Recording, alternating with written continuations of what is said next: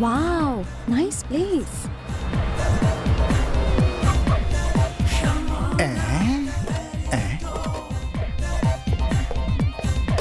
अरे वाह, जय जय भोले शंकर।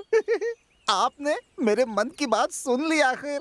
मेरे साहब के लिए बिल्कुल सही जोड़ी है। Bhole Shankar, Bhole Shankar. Please. Oh, what a wonderful house. This is my one and only sweet bungalow. How does it look? Very nice. Please sit down. Thank you. Coffee चाहिए या कुछ? एक गर्मा गर्म कॉफी हो जाए तो क्या बात हो। पांडे, आया आया आया, कॉफी लेके आया। आया आया आया, कॉफी लेके आया। अरे हमने कुछ कहा भी नहीं और तुम कॉफी लेकर आ गए। देखिए साहब, किस किस को किस किस समय क्या क्या चाहिए मैं सब कुछ जानता हूँ, इसीलिए गरम गरम कॉफी लेकर आया हूँ। लीजिए साहब। मैडम आप भी लीजिए। Thank you. It's my pleasure madam. ये है हमारा पांडे, बहुत ही महान इंसान। थोड़ी ज्यादा नहीं हो गई मैडम? मेरे माँ पापा के गुजरने के बाद अब सब कुछ यही है। मैडम शक्कर कम हो तो बताइएगा, लेकर आ जाऊंगा। पांडे, आ? इन्हें शक्कर चाहिए तो मैं बुलाता हूँ। कृपया करके तुम जाओ यहाँ से, जाओ। समझ गया समझ गया। कबाब में हड्डी बनकर खड़े नहीं रहना चाहिए। हम तुम एक कमरे में बंद हो और चाबी खो जाए, चाबी खो जा। अब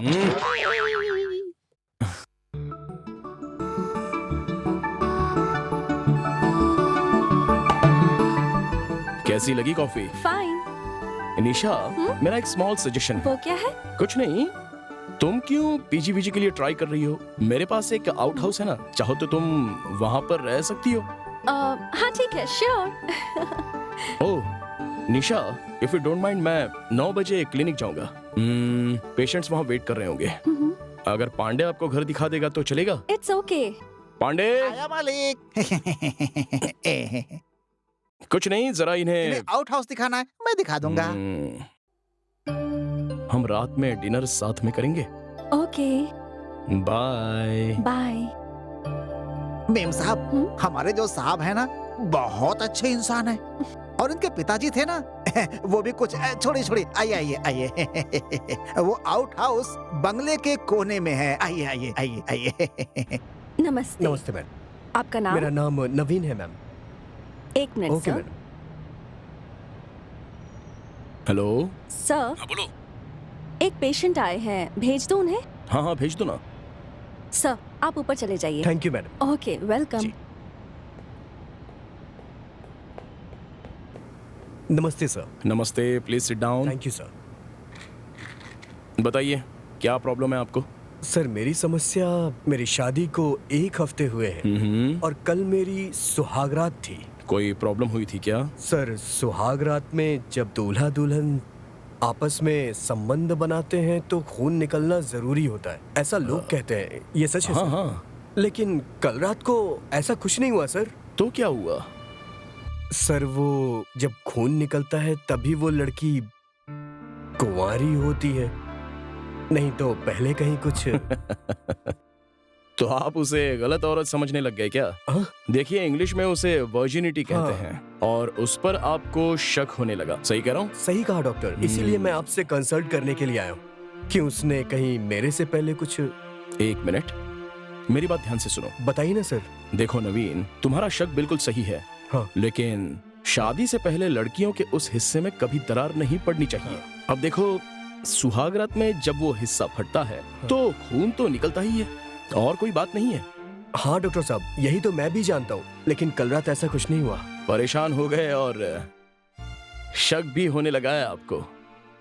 देखिए, ये सारी आम बातें हैं, लेकिन एक बात बताता हूं, इसे आपको समझना पड़ेगा।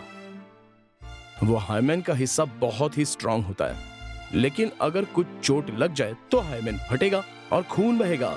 आजकल के जनरेशन में लड़कियां जंपिंग, स्किपिंग, रनिंग, इन सारी फिजिकल एक्टिविटीज की वजह से उनका हाइमेन अपने आप ही फट जाता है और उन्हें पता भी नहीं चलता।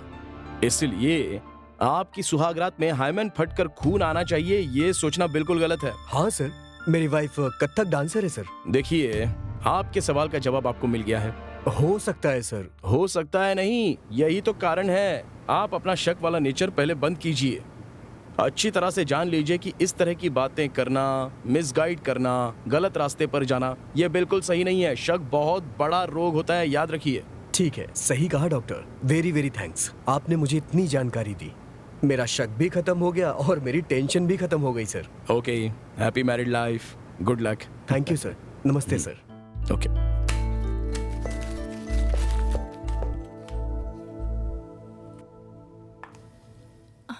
सर, हाँ, बोलो ना। वो सर, आप लड़कियों का इलाज करते हैं, लड़कों का भी इलाज करते हैं, पर मेरा इलाज कब करेंगे? तुम्हारा दिमाग खराब हो गया है। तुम्हारा इलाज करवाना ही पड़ेगा लगता है। सुनो, मेरा एक फ्रेंड है डॉक्टर मनोज, वो साइकियाट्रिस्ट है, उससे जाके ट्रीटमेंट ले लो। क्या सर, आप भी? मुझे आपसे इलाज करवाना है, दूसरे डॉक्टर के पास क्यों जाऊं? मेरा दिमाग बिल्कुल ठीक है। एक आप ही हैं जो मेरी प्रॉब्लम समझ ही नहीं रहे हैं। वैसे आपकी वो आंटी जो है, वो है ना, 10 बार आपको फोन कर चुकी है। बहुत याद आ रही है उसे आपकी। हाँ, फोन तो मुझे भी आया था, लेकिन मैं बात नहीं कर पाया। कोई बात नहीं सर, हम वहाँ चले जाते हैं। नहीं नहीं, तुम मत आना, मैं खुद चला जाऊंगा।